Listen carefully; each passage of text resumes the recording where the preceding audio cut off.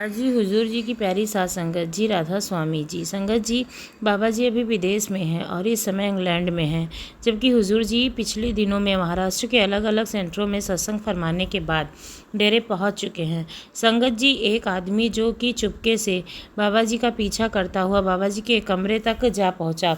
उस समय भी बाबा जी इंग्लैंड में थे जब ये घटना हुई। इंग्लैंड में जब एक आदमी बाबा जी का पीछा करते हुए बाबा जी की कोठी के अंदर बाबा जी के कमरे तक जा पहुंचा तो सिक्योरिटी और सेवादारों ने उसे पकड़ लिया, और जब उससे ऐसा करने का कारण पूछा गया तो उसने बाबा जी से मिलने की जिद पकड़ ली और बाबा जी से ना मिलवाने पर उसने खुद को मारने तक की बात कह दी। और फिर उसने पीछा करने का जो कारण बताया उसको सुनकर बाबा जी भी हैरान रह गए।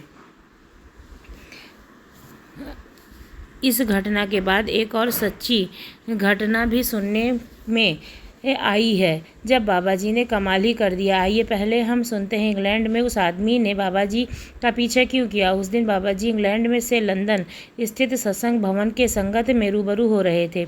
सत्संग के बाद बाबा जी ने संगत को पैदल चलकर दर्शन दिए और दर्शन के बाद बाबा जी की सेवा और सुरक्षा में लेकर कुछ लोगों के साथ पैदल ही अपनी कोठी की ओर लौट रहे थे। उसी वक्त संगत में बैठे एक बुजुर्ग सज्जन, जिसकी उम्र लगभग 80 साल के आसपास की थी, वो चुपचाप अपनी जगह से उठे। वह इतने शांत और चालाकी से भीड़ में से निकलकर बाबा जी के पीछे पीछे चलते गए कि किसी को कुछ भी आभास नहीं हुआ, ना कोई आवाज़ ना कोई हलचल, जैसे कोई साया बाबा जी के पीछे पीछे चल रहा हो। जब बाबा जी अपनी कोठी में दाखिल हुए तो वही बुजुर्ग व्यक्ति भी सबसे नज़रें बचाते हुए अंदर घुस गए। वह चुपचाप बाबा जी के कमरे की ओर बढ़ते गए और आखिरकार बाबा जी के कमरे तक पहुंच गए, मगर वहां पहुंचते ही एक सेवादार की नज़र उन पर पड़ गई। उसने तुरंत उन्हें रोका और वहीं पकड़ लिया। सेवादार उस बुजुर्ग को देखकर घबरा गए, क्योंकि ये कोई सामान्य बात नहीं थी। इसी बीच सिक्योरिटी टीम भी वहां आ गई और उस बुजुर्ग से पूछताछ शुरू हो गई। जब उसने सवाल किया गया कि आप कौन हैं और किस मकसद से बाबा जी का पीछा कर रहे थे, तो ऐसे छुपकर बाबा जी के कमरे तक क्यों पहुंचे, तो उन्होंने बड़ी सादगी और मजबूरी में जवाब दिया, मैं एक सत्संगी नहीं हूँ, लेकिन मैं गुरु से मिलना चाहता हूँ। सेवादारों ने सख्त लहजे में कहा, ये कोई मिलने का तरीका नहीं है, आप तो चोरी छिपे कोठी में घुस आए हैं और ऐसे काम तो वो लोग करते हैं जिनके इरादे ठीक ना हो। बुजुर्ग गहरी आवाज़ में बोले, मेरे पास और कोई रास्ता नहीं बचा। 3 दिन पहले मैंने कुछ सेवादारों से निवेदन किया था कि मुझे आपके बाबा जी से मिलकर कुछ ज़रूरी बात करनी है, लेकिन उन्होंने मना कर दिया। मैंने अगले दिन फिर कोशिश की, पर नतीजा वही रहा। और इसके पहले भी जब आपके गुरु यहाँ इंग्लैंड आए थे तो मैंने उनसे मिलने की कोशिश की थी, लेकिन तब भी मुझे मिलने नहीं दिया गया था। तब मैंने ये रास्ता अपनाया। आप चाहें तो भी हो जाए, मैं आज बाबा जी से मिले बिना नहीं जाऊंगा। भले ही आप मुझे कितना भी मार पीट लो या कुछ भी कर लो, लेकिन आपके गुरु जी से मिलने बिना मैं नहीं जाऊंगा। सेवादारों ने उन्हें समझाते हुए कहा, बाबा जी से ऐसे कोई नहीं मिल सकता है। अगर सभी ऐसे मिलने लगे तो यहाँ लाखों की भीड़ जमा हो जाएगी, फिर बाबा जी को तो यही इंग्लैंड में ही ठहरना पड़ जाएगा। लेकिन फिर भी बुजुर्ग अपनी जिद पर अड़े रहे। तो इसके बाद वह सेवादार ने उनसे कहा, जो भी कहना है आप हमें बता दीजिए, हम आपका संदेश बाबा जी तक ज़रूर पहुंचाएंगे। बुजुर्ग ने नर्म लेकिन दृढ़ आवाज़ में कहा, माफ़ कीजिए, मुझे आप लोगों पर भरोसा नहीं है। मेरी मजबूरी और दर्द आप नहीं समझ सकते हैं। मुझे जो कहना है वो मैं अपने गुरु को खुद कहना चाहता हूँ। सेवा और सुरक्षा में लगे लोग उन्हें बहुत समझाते रहे, लेकिन वो बुजुर्ग व्यक्ति टस से मस नहीं हुए। उनकी आंखों में जो चाह, जो विश्वास, जो पीड़ा थी, वो बता रही थी कि उनके लिए ये मुलाकात केवल एक औपचारिकता नहीं बल्कि उनके अंदर की तड़प को दिखा रही थी। जब उस बुजुर्ग व्यक्ति को बार बार समझाने के बावजूद भीतर मिलने की अनुमति नहीं मिली तो वह चुपचाप बाबा जी की कोठी के बाहर ज़मीन पर बैठ गया। उन्होंने साफ साफ कह दिया, अगर आज मुझे आपके गुरु से मिलने से रोका गया तो मैं यहीं अपनी जान दे दूंगा। ये सुनकर वहां मौजूद सेवादारों और सिक्योरिटी टीम ने होश उड़ गए। अब मामला नाजुक हो चला था। कई बार फिर से उन्हें समझाने की कोशिश की गई, प्यार से, सख्ती से, लेकिन बुजुर्ग मानने को तैयार ही नहीं थे। आखिरकार सेवादार बाबा जी के पास अंदर गए और पूरी स्थिति उन्हें बताई, लेकिन बाबा जी तो अंतर्यामी ही, वो पहले से ही सब कुछ जान रहे थे। बाबा जी ने मुस्कुराकर कहा, जाओ उन्हें कह दो कल सुबह 9 बजे यहाँ आ जाएं, मैं उनसे मिल लूँगा। अभी आप उन्हें ले जा कर के लंगर करवाओ। सेवादार बाहर लौटे और उस बुजुर्ग को सारा संदेश सौंपा। बाबा जी ने कहा, आप कल सुबह 9 बजे आइए, से मिलेंगे, आप हमारे साथ चलिए। बाबा जी ने कहा कि आपको लंगर ले जा कर के लंगर खिलाया जाए, लेकिन वो बुजुर्ग अब भी शंका से भरे हुए थे। उन्होंने सवाल किया, मैं कैसे मान लूँ कि ये बात बाबा जी ने खुद कही है? सेवादार ने विनम्रता से जवाब दिया, हम बाबा जी के सेवादार हैं, हमें कभी झूठ बोलने की इजाज़त नहीं है, और ख़ासकर बाबा जी के नाम का सहारा लेकर तो हम झूठ सोचकर भी नहीं कर सकते। अगर कल सुबह 9 बजे आपको बाबा जी से मिलने नहीं दिया गया तो फिर आप जो चाहें कर सकते हैं, हम आपको कहीं नहीं रोकेंगे। सेवादार के शब्दों में जो सच्चाई थी उसने आखिरकार उस बुजुर्ग को यकीन दिला दिया। बुजुर्ग सेवादार के साथ लंगर घर गए और वहाँ प्रेम से लंगर खाया। अगली सुबह जब बड़ी घड़ी में 9 भी नहीं बजे थे तो बुजुर्ग सत्संग घर पहुँच चुके थे। वह सेवादार उन्हें लेकर सीधे बाबा जी के पास गया। वो पल ऐसा था जैसे किसी आत्मा की सदियों पुरानी तलाश का अंत होने जा रहा हो। बाबा जी के सामने बैठते उस बुजुर्ग की आंखों में अश्रुधारा बह चली। उन्होंने कहा कि मैं बरसों से आपकी प्रतीक्षा कर रहा था, पूरी ज़िंदगी एक सच्चे संत की खोज में भटकता रहा, और जब आज आप मेरे सामने आए हैं तो आपने मुझे अपनी शरण में लेने से मना कर दिया। आपने मुझे नामदान देने से इनकार कर दिया। क्या मेरे गुनाह इतने भारी हैं कि आपने मुझे नामदान देने से मना कर दिया? आपके सेवादार ने मुझे नामदान की पर्ची देने से साफ मना कर दिया है। क्या मुझे मालिक को पाने का हक नहीं? बाबा जी ने शांत स्वर से पूछा, आप नामदान तो चाहते हैं, ये बड़ी अच्छी बात है, लेकिन इस उम्र में भजन सिमरन कैसे करोगे? अब शरीर साथ नहीं देगा, और जब अभ्यास ही नहीं हो पाएगा तो नाम की कद्र भी नहीं होगी, इसलिए सेवादारों ने आपको मना कर दिया। उस बुजुर्ग ने धीमी लेकिन दृढ़ आवाज़ में कहा, बाबा जी, मैं ज़मीन पर चौकड़ी मारकर भजन नहीं कर सकता, क्योंकि मेरी टांगें अब उस लायक नहीं है, लेकिन कुर्सी पर बैठकर सिमरन ज़रूर करूँगा। बाबा जी ने तुरंत एक कुर्सी मंगवाई और उन्हें उस पर बिठाया। बुजुर्ग आँखों में जो तड़प और सच्ची प्यास थी वह बाबा जी से छुपी नहीं थी। बाबा जी ने उन्हें उसी टाइम नामदान दे दिया। और संगत जी, फिर कुछ ऐसा हुआ कि जिसे शब्दों से बयां कर पाना मुश्किल है। सिर्फ 10 दिनों के भीतर उस बुजुर्ग का अंदर पर्दा खुल गया। उसकी आत्मा ने जैसे कोई नई दुनिया देख ली हो। फिर उन्होंने 10 दिन के बाद अपने परिवार से कहा, मैंने नहा लिया है, नए कपड़े पहन लिए हैं, कल बाबा जी मुझे लेने आ रहे हैं। जब मैं चला जाऊंगा तो दोबारा मत नहलाना, जैसा हूँ वैसे ही मेरा संस्कार कर देना। परिवार वाले ये सब सुनकर सोचने लगे कि शायद वह मजाक कर रहा है, लेकिन अगले दिन वह काफ़ी देर तक उन्होंने अपने कमरे का दरवाज़ा नहीं खोला तो घर वालों ने दरवाज़ा तोड़ दिया। अंदर का नज़ारा देखने के बाद सब स्तब्ध रह गए। कमरे की ज़मीन पर एक सफ़ेद कपड़ा बिछा था। उस पर एक बुजुर्ग शांत मुद्रा में दीवार के साथ टेक कर लेटे हुए थे। शरीर निर्जीव था, लेकिन चेहरे पर एक ऐसी रहस्यमयी मुस्कान थी मानो किसी दिव्य मिलन का आनंद ले रहे हों। बाबा जी सच में उन्हें ले जा चुके थे। वो अपने असली घर सच्चाखंड जा चुके थे। परिवार ने बिल्कुल वही किया जैसा उन्होंने कहा था। कोई दूसरा कपड़ा नहीं, बल्कि नहलाना नहीं। बाबा जी की कृपा से सिर्फ 10 दिन में उन्हें वह प्राप्त हुआ जिसकी तलाश में उन्होंने पूरा जीवन समर्पित कर दिया। संगत जी, बाबा जी कहते हैं, तुम 1 कदम बढ़ाओ, मैं 10 कदम तुम्हारी तरफ बढ़ाऊंगा, लेकिन शुरुआत तो करो। संगत जी, अभी वीडियो में बने रहिए। अब आप लद्दाख सत्संग की एक सच्ची घटना को सुनते जाइए। साथ संगत जी, ऐसा माना जाता है कि जब कोई जीव सतगुरु की शरण में आता है, चाहे उसने नामदान लिया हो या नहीं, उसके जीवन की बागडोर फिर खुद गुरु के हाथ में आ जाती है। वह जीव सतगुरु की दहलीज में जब तक एक बार आ जाता है तो उसकी रक्षा की जिम्मेदारी खुद गुरु उठा लेते हैं। आज मैं आपको एक ऐसी ही सच्ची घटना सुनाने जा रही हूँ जो लद्दाख की बहन ने खुद सत्संग के बीच साझा की है। इसने लद्दाख सेंटर में से जो दृश्य देखा वो कभी भूल नहीं सकती। और सबसे बड़ी बात यह कि उस समय एक सत्संगी भी नहीं थी, बल्कि भगवान श्री कृष्ण की भक्त थी। वह बहन बताती हैं कि जैसे पुराने युगों में भगवान अवतार लेकर धरती पर आते रहे हैं, कभी श्री राम, कभी श्री कृष्ण, कभी भगवान शिव के रूप में, वैसे ही आज के युग में भी वह सतगुरु के रूप में मानवता का मार्गदर्शन करते आते हैं। घटना उस दिन की है जब लद्दाख की पहाड़ियों में श्री कृष्ण जन्माष्टमी का उत्सव मनाया जा रहा था। ये बहन अपने 4 और साथियों के साथ दोपहर बाद अपने घर से उत्सव में भाग लेने के लिए निकली थी। 5 महिलाएं बड़े प्रेम से उस पर्व में शामिल हुईं, भक्ति में लीन रहीं। जब शाम करीब 6 बजे का समय हुआ तो वे सब अपने घर लौटने के लिए रवाना हुई। जैसे कि आप जानते हैं, लद्दाख जैसी पहाड़ी इलाकों में ट्रांसपोर्ट की सुविधा सीमित होती है। ट्रांसपोर्ट सुविधा शाम होते होते लगभग ना के बराबर हो जाती है, इसलिए वे सभी दिन के टाइम तो किसी साधन में सवार होकर आ गई थी, लेकिन अब शाम को अपने घर की तरफ पैदल ही लौट रही थी। उनका घर ज़्यादा दूर नहीं था, बस करीब 30 मिनट का पैदल का रास्ता था। जैसे ही उन्होंने लौटना शुरू किया, अचानक तेज़ बारिश शुरू हो गई। पहले तो उन्होंने एक पेड़ के नीचे रुककर खुद को भीगने से बचाने की कोशिश की, लेकिन बारिश इतनी तेज़ थी कि उन्हें कोई फ़ायदा नहीं हो रहा था।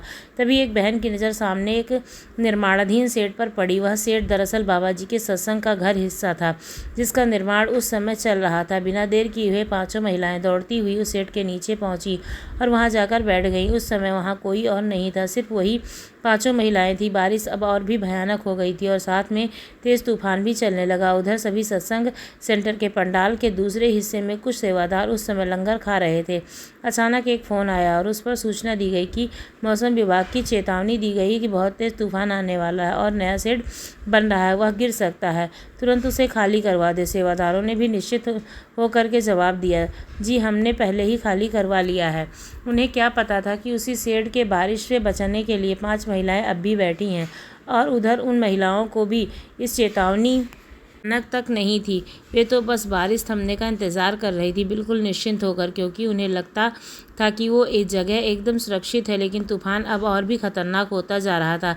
शेड की छत जो अधूरी बनी थी अब किसी भी पल ढह सकती थी। साथ संगत जी, जैसे ही शेड की छत तेज हवा के साथ हिलने लगी, उनमें से एक बहन की नज़र उस पर पड़ी। उसने मन में भय समा गया और उसने बाकी सभी को तुरंत निकलने को कहा, लेकिन बाहर तो ऐसा तूफान और मूसलाधार बारिश थी कि समझ ही नहीं आ रहा था कि कहाँ जाएं। जब सुविधाएं बंद थीं। जिस बहन ने यह घटना बाद में संगत के साथ साझा की, उसने उसी क्षण अपने आराध्य श्री कृष्ण को याद करना शुरू कर दिया। उसकी आंखों में आंसू बहने लगे और वो मन ही मन श्री कृष्ण से प्रार्थना करने लगी कि हे ठाकुर जी महाराज, कुछ करिए, हमें बचाइए। उसी समय उन 5 बीवियों की नज़र दूर से एक सरदार जी पर पड़ी, जो बारिश के बीच शेड की ओर चले आ रहे थे। जैसे कि वो सरदार जी शेड के अंदर दाखिल हुए, छत की हालत और भी ख़राब हो गई। वो सचमुच गिरने की तैयारी थी। ये देख सारी बीवियां घबरा गईं। चारों ने घबराकर ज़मीन पर झुककर अपने सिर को हाथों में ढक लिया ताकि चोट से बच सके और उनकी आंखें बंद कर ली। कुछ क्षण बीते, लेकिन कोई धमाका नहीं हुआ। जब उन्होंने धीरे से अपनी आँख खोली और सिर ऊपर उठाया तो दृश्य सामने था। वो देखकर उनकी रूह कांप उठी। 5 से 4 बीवियों को दिखाई दिया कि वही सरदार जी जो अंदर आए थे। उन्होंने अपने दोनों हाथों को पूरा फैलाकर पूरी छत को थाम रखा है। वे बहनों को लगातार इशारा कर रहे थे कि जल्दी यहाँ से बाहर निकल जाओ। लेकिन जिनने यह आप बीती सत्संग को सुनाई, उसे तो जो दर्शन हुए वो कुछ और ही थे। वह देख रही थी कि श्री कृष्ण ने अपनी छोटी सी उंगली के शेड की छत को वैसे ही थाम रखा है जैसे उन्होंने कभी गोवर्धन पर्वत को उठाया था। यह दृश्य इतना दिव्य था, इतना मोहक था कि वह वहीं उस प्रकाश में खो गईं। वह अपने होश तक भूल गईं। फिर बाकी 4 बीवियों ने जब देखा कि वो अभी भी अंदर बैठी हैं तो उनमें से एक वापस आई और उसे बाजू से पकड़कर खड़ा किया। झुलझुलाकर बोली, तूने मरने का बहुत शौक है क्या? चल जल्दी बाहर चल। तभी वहाँ बहन भी जैसे किसी गहरे ध्यान में से बाहर आई और सबके साथ दौड़कर शेड के बाहर निकल गई। बाहर निकलते ही उसकी नज़र बार बार शेड की तरफ जाती थी। वह समझ नहीं पा रही थी कि क्या सच में वहाँ श्री कृष्ण थे। उसी समय सत्संग सेंटर में मौजूद सेवादार दौड़ते हुए आए। उन्होंने देखा कि 5 बीवियाँ कहाँ से आ गईं।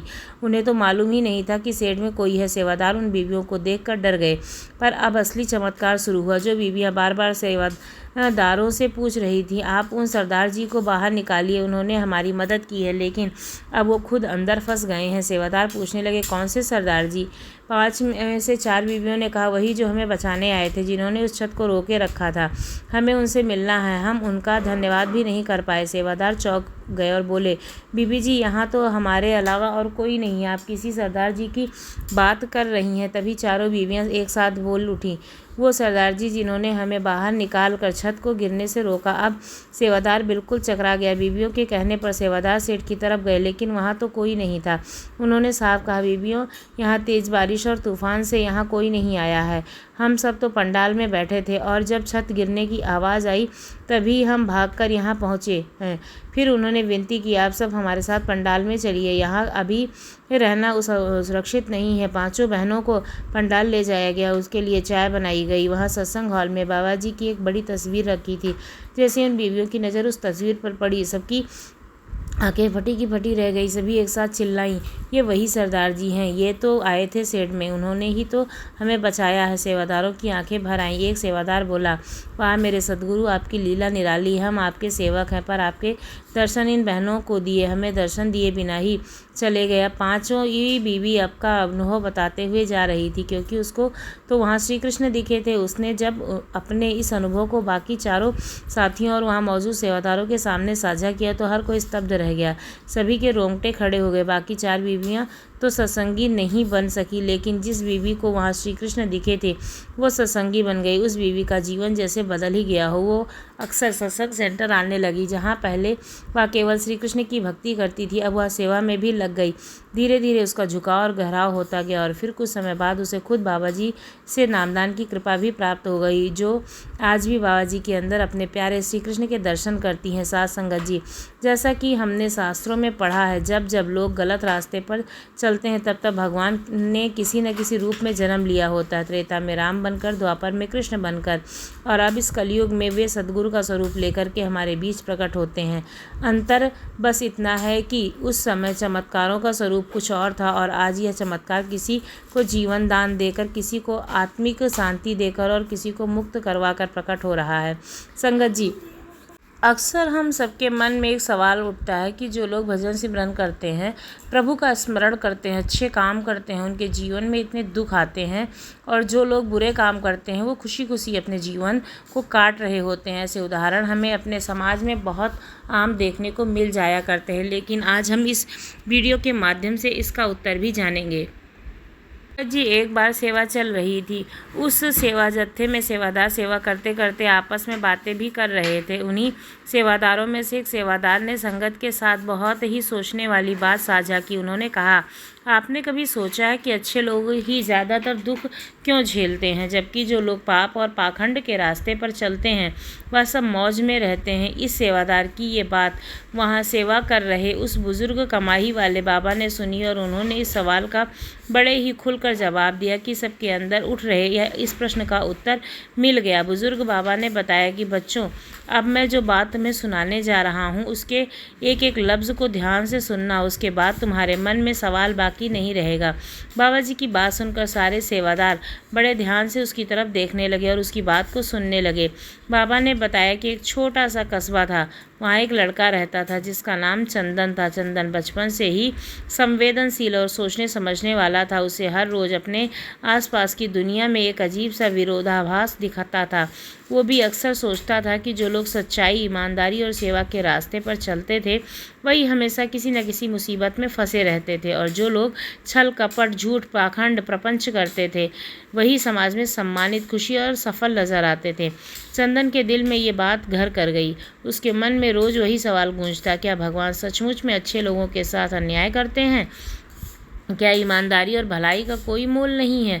बहुत दिन बीत गए पर उसके इस सवाल का जवाब उसे कहीं नहीं मिला। एक दिन पता चला कि कस्बे में एक बड़े विद्वान संत महात्मा जी पधारे हैं। उसने सत्संग की चर्चा पूरे नगर में फैल चुकी थी। चंदन को लगा शायद मेरे सवाल का जवाब इन्हीं के पास हो। अगली सुबह वह सीधा महात्मा जी के पास पहुंचा। उस समय महात्मा जी प्रवचन दे रहे थे। प्रवचन के बाद चंदन ने आदरपूर्वक उनके चरणों में सिर झुकाया और हाथ जोड़कर बोले, गुरुदेव, मेरे मन में एक सवाल है जो मुझे भीतर से खाए जा रहा है। बड़ी उम्मीद से आपके पास आया हूँ। आत्मा ने कहा कि पूछो बेटा, तुम क्या पूछना चाहते हो? चंदन ने कहा कि गुरुदेव, मैं देखना चाहता हूँ कि लोग नेक रास्ते पर चलते हैं, दूसरों का भला करते हैं और सच्चे दिल से जीवन जीते हैं, उन्हें ही सबसे ज़्यादा दुख उठाने पड़ते हैं, जबकि जो लोग झूठ बोलते हैं, दिखावा करते हैं, दूसरों का नुकसान करते हैं, वही आराम से सफलता की ज़िंदगी जीते हैं। आखिर ऐसा क्यों होता है? महात्मा ने चंदन की बात ध्यान से सुनी और हल्की सी मुस्कान के साथ बोले, बेटा, ये दुनिया बाहर से जैसी दिखती है वैसी वास्तव में नहीं। इसे समझना इतना आसान नहीं जितना लगता है। यह संसार गहराई से भरा हुआ है। जितना इसे जानने की कोशिश करोगे उतना ही उलझते जाओगे। लेकिन मैं तुम्हें एक कथा सुनाता हूँ जिससे तुम्हें तुम्हारे मन में उठ रहे सवाल का जवाब मिल जाएगा। एक नगर में एक विधवा औरत अपने 4 छोटे छोटे बच्चों के साथ रहती थी, जिसमें 3 लड़कियां और एक लड़का था। उसका पति कुछ साल पहले ही चल बसा था और पिछले छोड़े गए 3 नन्ही बेटियां और एक नन्हा बेटा। उस औरत ने हमेशा नेक काम किए, लेकिन फिर भी मालिक ने उसके जीवन में इतने दुख दिए। पति के जाने के बाद वह औरत की ज़िंदगी पूरी तरह बदल गई। अब घर चलाने की, बच्चों को पालने की और दुनिया के ताने से लड़ने की सारी जिम्मेदारी उसी पर थी। वो चाहकर भी बाहर जाकर कुछ काम नहीं कर सकती थी, क्योंकि उसे अपने मासूम बच्चों को अकेले छोड़ना गंवारा नहीं था और समाज के लोगों ने इस औरत का जीना मुश्किल कर रखा था। वह तो जैसे हर रोज़ उसे उसकी लाचारी का एहसास दिलाने पर तुले हुए थे। धीरे धीरे आने वाले कल की चिंता, अकेलापन और संघर्षों से उस स्त्री को अंदर से तोड़ कर रख दिया। बच्चों के भविष्य की चिंता में उसकी तबीयत एक दिन ब दिन बिगड़ गई और एक दिन हालात इसके इतने बिगड़ गए कि उसकी सांसें आखिरी मोड़ पर आ पहुंची। 4 छोटे छोटे बच्चों की चिंता ने इस औरत को बिल्कुल खोखला कर दिया और जीवन के अंतिम पड़ाव पर ये बस अपने बच्चों को निहार रही थी और सोच रही थी कि अब इसका क्या होगा। उसी वक्त यमराज ने अपने दूत चित्रगुप्त को उस स्त्री के प्राण लेने भेजा। जब चित्रगुप्त वहां पहुंचे तो उन्होंने देखा वह स्त्री बिस्तर पर बीमार पड़ी है और 3 नन्ही बेटियां और एक बेटा उसके शरीर से लिपट कर फूट फूट रो रहे हैं। यह दृश्य देखकर चित्रगुप्त का मन द्रवित हो गया। वह सोचने लगे, अगर मैं अभी इस माँ के प्राण ले सकता हूँ तो इसकी मासूम बच्चियों का क्या होगा, कौन इसका सहारा बनेगा।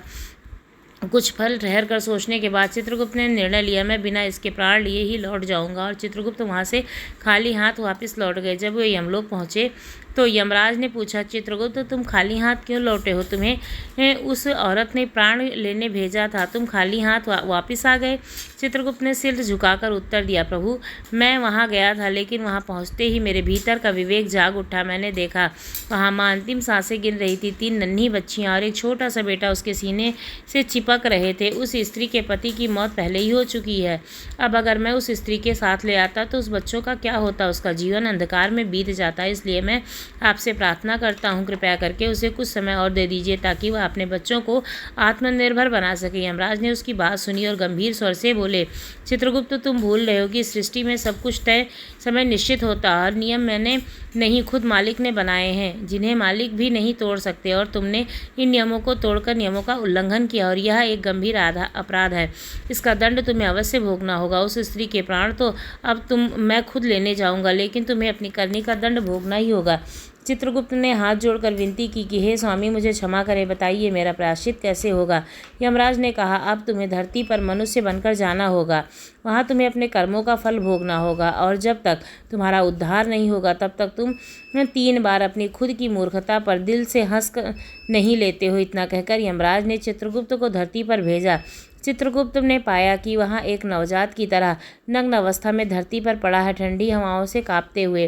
वो सड़क के किनारे पड़ा था। उसी समय वहाँ से एक मोची गुजरा जो अपने बच्चे के लिए कुछ गर्म कपड़े खरीदने गया था। रास्ते में जब उसकी नज़र उस ठुकराए हुए व्यक्ति यानी कि चित्रगुप्त पर पड़ी तो उसका हृदय पिघल गया। उसने तय किया कि वह अपने बच्चों के लिए कपड़े न लेकर पहले इस अनजान व्यक्ति की मदद करेगा। उसने पास ही दुकान में गर्म कपड़े और कंबल खरीदे और चित्रगुप्त को पहनाए। मोची ने कहा, भाई इस हालात में तुम जिंदा नहीं रह पाओगे, ये लो कपड़े पहन लो, कंबल ओढ़ लो। चित्रगुप्त की आंखों में अश्रु आ गए। उसने भावुक होकर कहा, भाई तुमने मुझ पर जो उपकार किया है वह अमूल्य है, मगर मेरे पास ना कोई घर है, ना खाना, ना ही कोई जान पहचान। अब मैं कहाँ जाऊँ? मोची ने चित्रगुप्त की हालत देखी, फिर थोड़ी देर सोच कर बोला, भाई अगर तुम्हारे पास ना घर है, ना खाना है, ना कोई सहारा है तो मेरे साथ चलो, मैं तुम्हें खाना भी दूंगा और काम भी सिखा दूंगा। मोची बहुत ही दयालु किस्म का था। इतना कहकर मोची उसे अपने साथ अपने घर ले गया। लेकिन जैसे ही उन्होंने घर की देहरी पर कदम रखा उसकी पत्नी ने उसे देखते ही भवें चढ़ा ली। उसकी नज़र सबसे पहले खाली थैले पर गई जिसमें बच्चों के लिए कपड़े तो थे नहीं, लेकिन साथ में एक अजनबी जरूर था। वो गुस्से से बिखर पड़ी, तुम गए तो गए बच्चों के लिए कपड़े लाने, और लाए क्या? एक अनजान आदमी को। कौन है ये जो तुम इसे यहाँ उठा लाए हो? मैं खुद 2 वक्त की रोटी मुश्किल से मिलती है और तुम किसी और को घर में घुसेड़ लाए हो। तुम्हें अपने घर परिवार की कोई फिक्र है फिर या नहीं? घर का माहौल गर्म हो गया। पत्नी तमतमाई हुई थी और मोची के ऊपर गुस्से की बौछार कर रही थी। यह देखकर चित्रगुप्त अचानक जोर जोर से हंसने लगा, मानो उसे कोई पुरानी याद आ गई हो। मोची ने आश्चर्य से पूछा, भाई तुम हंस क्यों रहे हो? मेरी घरवाली मुझे डांट रही है और तुम्हें मजाक सूझ रहा है? तुम्हें तो मेरे साथ देना चाहिए, तुम्हारी वजह से ही मेरी पत्नी लड़ रही है। चित्रगुप्त ने मुस्कुराकर जवाब दिया, भाई अभी मैं कुछ नहीं कह सकता, लेकिन वक्त आने पर ज़रूर बताऊंगा कि मेरी यह हंसी क्यों निकली। इसके बाद चित्रगुप्त मोची के घर ही रहने लगा और धीरे धीरे उसने जूते बनाने की कला भी सीख ली। वो इतने सुंदर और टिकाऊ जूते बनाने लगा कि दूर दूर से आकर लोग जूते खरीदने लगे। जल्द ही मोची की दुकान मशहूर हो गई, यहाँ तक कि राजघराने से भी लोग मोची के पास आने लगे। एक दिन राजा का एक खास सिपाही एक बहुत कीमती चमड़े का टुकड़ा लेकर आया और मोची से बोला, महाराज मैं हुक्म दिया है कि इसी चमड़े से उसके लिए जूते बनाए जाएं। ध्यान रहे इसमें कोई गलती ना हो। ये चमड़ा बहुत अनमोल है और अगर चमड़ा खराब हुआ तो इसकी भरपाई तुम्हें करनी होगी। सिपाही का यह कहना चला गया। मोची ने चित्रगुप्त को बुलाकर बहुत गंभीरता से समझाया, देखो भाई ये चमड़ा बहुत ही कीमती है, खास राजा के महल से आया है। इसे सिर्फ और सिर्फ जूते बनाने हैं। अगर चप्पल बन गई या कुछ और बना दिया तो बहुत भारी सज़ा मिल सकती है, हमारी जान भी जा सकती है। लेकिन चित्रगुप्त ने न जाने क्यों साफ चेतावनी के बावजूद उसी चमड़े से चप्पल बना डाली। जब मोची ने वो चप्पल देखी तो उसके होश उड़ गए। वो गुस्से में आग बबूला हो गया और चिल्लाया, अरे तूने ये क्या किया? मैं तुझे बार बार कह रहा था कि जूते बनाने के ऊपर तूने चप्पल बना दी। अगर राजा को पता चल गया तो हम काम से और पूरा परिवार मिट जाएगा, क्योंकि इस चमड़े की कीमत तो मैं अपनी ही चमड़ी बेचकर भी नहीं चुका पाऊंगा और गुस्से में राजा हमारा सिर कलम करवा देगा। मोची के गुस्से और डर को देखकर चित्रगुप्त फिर से हंसने लगे और इस बार वो हंसी और भी ज़्यादा गूंजती हुई थी। मोची झल्ला उठा, पागल हो गए हो क्या? ये सबसे बड़ा संकट सिर पर खड़ा है, तुम हंस रहे हो? चित्रगुप्त शांत स्वर से बोला, भाई घबराओ मत, अभी थोड़ी देर में सब कुछ साफ हो जाएगा। वो सामने देखो, सिपाही वापस आ रहे हैं। सिपाहियों को देखकर मोची की सांसें अटक गई, उनके हाथ पांव कांपने लगे। सिपाही ने आकर कहा, ओ मोची, हमारे महाराज का देहांत हो गया है और राजमहल का रिवाज है कि अंतिम संस्कार के वक्त मृतक को खास चमड़े की चप्पल पहनाई जाती है, इसलिए जूते मत बनाना, सिर्फ चप्पल बना देना। ये सुनते ही मोची को ऐसा लगा जैसे वो मौत के मुंह से निकल आया हो। सिपाही के जाते ही उसने दौड़कर चित्रगुप्त के पैर पकड़ लिए, भाई तूने मुझे माफ़ कर दे, तूने मेरी जान बचा ली है। मैं तुझे कितना कोस रहा था, तूने तो मेरा संकट ही काट लिया। चित्रगुप्त को जब यह हंसी रोक रहा था तो फिर से ज़ोर ज़ोर से हंसने लगा। मोची ने हैरानी से पूछा, अब क्या हुआ? अब फिर से क्यों हंस रहे हो? तो चित्रगुप्त मुस्कुराकर बोले, भाई अभी नहीं, लेकिन वक्त आने पर मैं तुम्हें ज़रूर बताऊंगा कि मैं क्यों हंस रहा हूँ। अगले दिन मोची की दुकान पर 3 सुंदर और युवा लड़कियाँ और एक लड़का एक वृद्ध के साथ आए। वे तीनों अपनी शादी के लिए जूतों का नाप देने आई थीं। चित्रगुप्त ने उन्हें देखा तो उनके मन में पुराने दिन ताज़ा हो गए। उन्हें देखते ही चित्रगुप्त पहचान गए और उन्होंने चुपचाप सोचा, ये वही बच्चियां हैं जिनकी माँ के प्राण लेने का आदेश मुझे मिला था। लेकिन उस वक्त इन मासूमों पर दया आ गई थी। मैंने इनकी माँ की मृत्यु टाल दी थी, इसी वजह से यमराज ने मुझे सज़ा दी थी और धरती पर भेज दिया था। लेकिन आज देखो, ये तो बड़ी हो गई हैं, सुशिक्षित, सुंदर और कुलीन भी लगती हैं। तभी चित्रगुप्त ने वृद्धा से पूछा, माताजी ये कन्याएं और ये लड़का कौन है? बूढ़ी महिला ने मुस्कुराते हुए कहा, बेटा इनकी माँ का देहांत इनकी बाल्यावस्था में हो गया था, कोई सहारा नहीं था, तो मैंने इन्हें अपने साथ रख लिया। मेरी किस्मत में धन दौलत की कमी नहीं थी, पर मैं इस संसार में अकेली थी। इन बच्चों को मैंने अपने बच्चों की तरह पाला है, पढ़ाया लिखाया और अब अच्छे घरों में इनकी शादियाँ करवाने जा रही हूँ। तीनों लड़कियों की शादी एक साथ एक ही दिन में होने जा रही है और इसके बाद मैं अपने लड़के की भी शादी कर दूंगी। ये सुनकर चित्रगुप्त की आंखें भर आईं। उनके मन में विचार आया, वाकई परमात्मा जो करते हैं वो हमारे सोच से कई ज़्यादा श्रेष्ठ होता है। अगर उस दिन उनकी माँ की मृत्यु ना होती तो शायद ये चारों बच्चे गरीबी में पलते और भूख से लड़ते, लेकिन आज एक नेक बुजुर्ग ने इन्हें जीवन की नई ऊंचाइयों तक पहुंचा दिया है। सच में विधवा की योजनाएं अद्भुत होती हैं। विधाता की योजना के बराबर किसी की योजना चलती नहीं है। यह सोचते हुए वे खुद ही तीसरी भूल पर जोर से हंस पड़े। मोची चौंक गया। उसने कहा, भाई साहब आप किस बात पर हंस पड़े? जरा इस हंसी का रहस्य भी बताइए। आप हर बार कह देते हो कि आगे कभी बताऊंगा और आप बताते ही नहीं। चित्रगुप्त मुस्कुराते हुए बोले, भाई अब समय आ गया है कि मैं तुम्हें सब कुछ बता दूं। मैं कोई साधारण मनुष्य नहीं हूँ, मैं चित्रगुप्त हूँ। जब ये तीनों बच्चियाँ बहुत छोटी थीं तब इनकी माँ की मृत्यु निश्चित थी, लेकिन इन मासूमों की हालत देखकर मैंने इनके प्राण नहीं लिए थे। उसी दया के चलते यमराज ने मुझे श्राप दे दिया और धरती पर भेज दिया। निर्वस्त्र बेसहारा सड़क किनारे पड़ा था, तभी तुमने मुझे सहारा दिया। तब तुमने मुझे घर बुलाया और अपनी पत्नी से डांट खाई, क्योंकि तुमने बच्चों के कपड़े के पैसे से मेरे लिए कंबल खरीदा था। उस समय मैंने पहली बार हंसी नहीं रोकी, क्योंकि तुम्हारी पत्नी को सिर्फ उस खर्च का दुख था, पर वो ये नहीं समझ पा रही थी कि इस एक काम से तुम्हारी किस्मत बदलने जा रही है। बहुत जल्द तुम इस शहर के सबसे मशहूर जूते बनाने के कारीगर बनने जा रहे हो। फिर दूसरी बार जब मुझे हंसी आई, तब तुमने राजा के जूते के लिए मुझे डांटा था। तुम सोच रहे थे कि मैं चप्पल क्यों बना रहा हूँ, जबकि असल में पूरे नगर में खबर फैल चुकी थी कि राजा का देहांत हो चुका है। तुम्हें बस अपने काम की चिंता थी। बस सच तुम्हारी सोच से कहीं आगे निकल चुका था। हम अक्सर वही देखकर हंसते हैं जो हमारे सामने होता है, पर हम ये नहीं जान पाते हैं कि भविष्य में क्या लिखा है। परमात्मा जब भी कोई घटना करते हैं, कोई भी घटना घटित होती है, तो पहली नज़र में चाहे कैसे भी लगे, लेकिन उनमें हमारी भलाई छिपी होती है। हम दुख में भगवान को कोसते हैं, पर समझ नहीं पाते हैं कि वही दुख एक बड़े सुख की राह खोल रहा है। और तीसरी बार मुझे मेरी खुद की करनी पर हंसी आ रही थी, क्योंकि उस समय मैं ही नहीं समझ पाया था कि उस स्त्री के प्राण लेने से इसलिए ज़रूरी हैं जिससे कि उनके बच्चों का भविष्य उज्जवल हो सके, और उस गलती का दंड मैं आज तक भोग रहा हूँ। इतना कहते हुए चित्रगुप्त फिर से हंसने लगे और इस बार हंसते ही जा रहे थे। संगत जी, कभी कभी हम जिस बात को अपनी बदकिस्मती से मानते हैं, वो असल में हमारे जीवन की सबसे बड़ी सौगात होती है। और कई बार जो चीज़ आज हमें अच्छी लगती है, उसका परिणाम समय के साथ हमारे लिए ठीक विपरीत हो जाता है। हर घटना, चाहे वह सुखद हो या दुखद, उसके दो पहलू होते हैं। हमें हर परिस्थिति को समय का खेल मानकर स्वीकार कर लेना चाहिए और उस परमपिता परमात्मा को किसी भी स्थिति में भूलना नहीं चाहिए, ना ही उसे कोसना चाहिए। उसकी योजना में हमारे लिए हमेशा कुछ भला ही छिपा होता है, बस हम उस पहचान को नहीं कर पाते हैं। संगत जी, उम्मीद है आपको मालूम चल गया होगा कि मालिक दुख देते हैं तो वो हमारी भलाई के लिए देते हैं, लेकिन हमारा दायरा बहुत छोटा है, इसलिए हम घबरा जाते हैं और मालिक की करनी पर सवाल खड़े कर देते हैं। रही बात पूरे काम करने वालों की, तो इतना तो सबको पता है कि कर्मों का कानून अटल है।